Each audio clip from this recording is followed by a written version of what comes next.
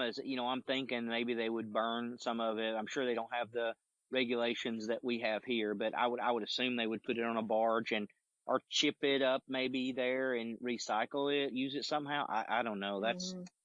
I that's guess uh road it's base. They it's could so use it for a little bit of road yeah, base. I maybe. don't know. I have no idea. But Yeah. anyway, I tried to get an interview. Maybe at some point we will. But one of the folks I had reached out to that I've called online a couple times, but not been able to get scheduled is I want to play a clip of him, and he talks about the distribution system.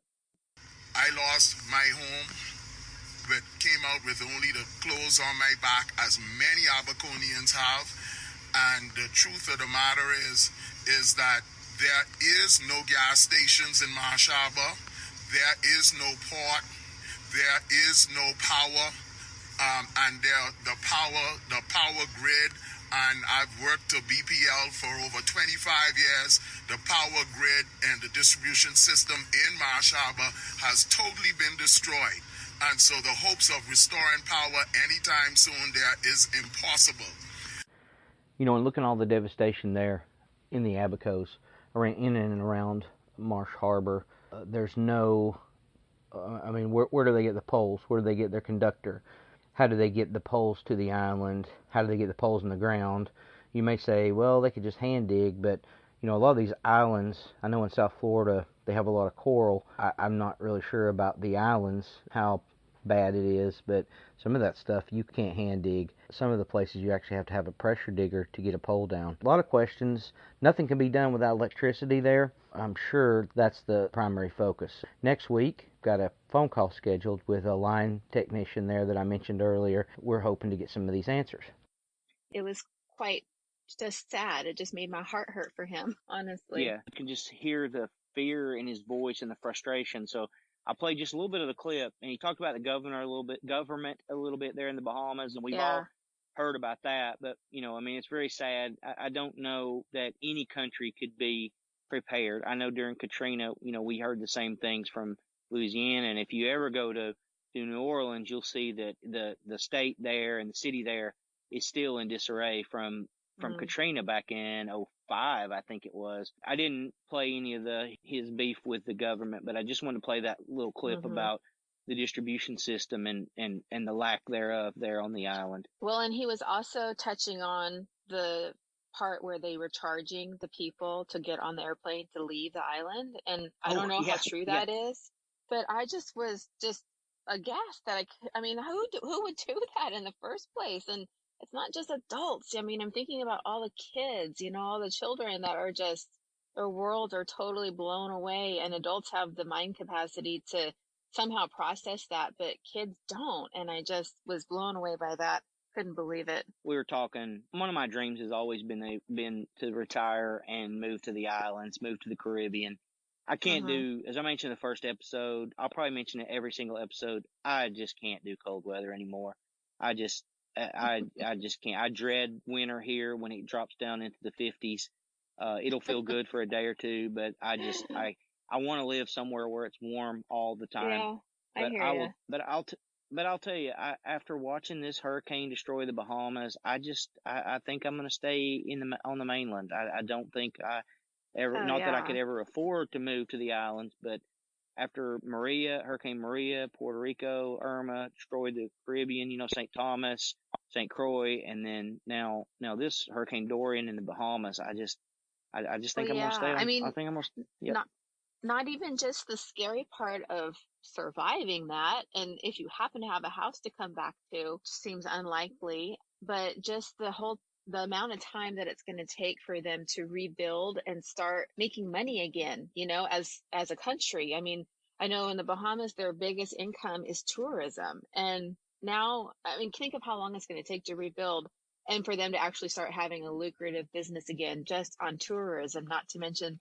the other few things that they do to sustain themselves. I mean, the Yeah. amount of time is going to be unbelievable. Yeah, if you think about, what do people do for a living? I mean, what do they do? If you worked at a grocery store or a hardware store or even where do you go? What do you do? What do you do for Yeah, money? What are you going to yeah, buy? there's Where nothing. do the kids go to school? Where do the kids go Yeah, to school? What do they me wear? too. It's nuts. I remember during Irma here in Orlando, they flew in thousands of people from Puerto Rico, and there were Mm-hmm. literally if hundreds, if not over 1,000 children that went to school here in Orlando for, I don't know, almost a year, I think, before they Mm-hmm. were able to go back. So it's just, I don't know, it's horrible, but It it's just, is. I guess it's one of those risks of living in locations like that. You know, we all have places that we live where, I mean, you live in California, you have fires and earthquakes. I live in Florida. I said this earlier. We have hurricanes, we have sinkholes, we have alligators, we have, what else? We have snakes. Oh What no, the else? sinkholes scare the crap out of me. That's one of the main reasons why I wouldn't move there. Not really a lot here around Orlando, but when you get over on the coast toward Crystal River, south, and then even around the villages where, have you ever heard of the villages? Have you ever heard of the villages where, No, no, but okay, I so, did look. all right, There is a map online that shows you where all the sinkholes are in Florida because I was looking at yeah. it. I'm going to just say this, and I'm going off script a little bit because Kim and I have some notes here, and I told her this is what I want to talk about. And I know we're supposed to be talking about power line stuff, but this is pretty cool. There's a little town, and I say little town. It's about 55, 60 miles northwest of Orlando. It's where, if you're coming down 75 out of Georgia, you go through Gainesville, Ocala, and then the turnpike that comes off 75. As soon as you get off onto the turnpike headed toward Orlando, there's a town, and it's called The Villages. And it's literally like one of the fastest growing communities in the country. I don't know how many tens of thousands of people live there, but they're all retirees. The whole town, the grocery stores, everything, the banks is for retired people. I mean, That's literally, so I had my staff cool. meeting there last week, and I'm like the youngest guy in the building. I mean, but what's funny is nobody drives cars. Everybody drives golf carts. Oh, yeah, that's So, right up my yeah. alley. I would totally want to go there. Yeah, well, you and I'll talk offline about that. Remember, linetalkerspodcast.com, the button at the bottom for leave a message. So if you have any information on the Bahamas or know of anyone that we could talk to in the Bahamas about the infrastructure there, the power company, or any experiences or news that we didn't mention about the Bahamas, please go to the website, click on leave a message, and then that way it'll give us something to keep everybody updated. Anything else on that? I'm good. Looks like Umberto is out in the Atlantic. It looks like, I think it's going to pass between, if I'm not mistaken, it's going to pass between Bermuda and the States right now. It looks like that we're all clear from that. And Thank then goodness. it looks like, and it's that time of year for us. And then right behind that is another one called Jerry. And it looks Yep. like, looks like Jerry's going to come up in the Caribbean a little bit and hang a hard right and maybe go get close to Bermuda, maybe somewhere between Bermuda and the mainland again. And then right behind that is another depression. So I don't think it's even been named yet. Probably still a couple weeks out on that one, but I can tell you, the Weather Channel here in Florida is on everywhere this time of year because they scare us all to death with their stories. Yeah, and I watch But the Weather Channel all the time too because I'm a weather nerd and I love to watch it. And I always watch during hurricane season because I think about you all out there. But just today they were talking about what's going on in Texas. And I forget what the name is. Imelda, I think she's coming up through, and they're having like major flooding in southern or southeastern Texas and Louisiana from this thing because it keeps stalling over them. And so, I mean, those poor utility guys are going to have crap that they're going to have to deal with on top of it. I don't know if I told you this or not, but 2 years ago on my birthday, I was given tickets to go see Coldplay. Floor seats, 2 rows from the stage. She woke me up midnight and said, I got us tickets to go see Coldplay on the floor, and I only had to pay X number of dollars for them. Now, they were going to be in Miami, so we're talking about 3.5 hours from Orlando, which I'm fine with that. We go to Miami all the time. When I said, oh, that's fantastic, and the next morning I realized she bought tickets for us to go to Houston. So, which a little bit farther away than 3.5 hours, but it's fine. The flights are coming in out of Orlando. So I know I've told you this before. Here in Orlando, there's 1 million people visit a week. So there's flights in and out of everywhere, across the country, across the world, come in and out of here. So you can get out of here really easy. Sometimes very inexpensive. I got tickets for all 4 of us to go to Houston. The kids are teenagers. I mean, I don't know, call the authorities. We were going to leave them in the hotel room right next door to the stadium where we're going to go to the concert. They don't even know who Coldplay is, of course, because they don't have a Yeah. YouTube channel. We're going to go, and it was the night that Hurricane Harvey hit, and we had to cancel. We canceled our flight. luckily, we were going to go ahead and go because what's the odds that they were going to cancel the concert? They did. They canceled the concert. That was like their next to the last stop here in the States. The next show was in Miami. We didn't get to go to that one. And then their tour was over. I don't know. Lesson learned. I think they're going to tour again in a couple of years. But yeah, Houston got clobbered by Hurricane Harvey with all the flooding in the area of Texas. Yeah. It's so low inland there, in all across the Panhandle of Florida and Alabama and Louisiana and Texas. It's just they get inundated with cold weather in the winter, heat in the summer, hurricanes, floods right there on the coast. They really battle a lot. Yeah, that's hard. Hey, so I know Wait. I want to ask. Hurricane season starts June 1st, but when does it end? What's the official date? I don't know.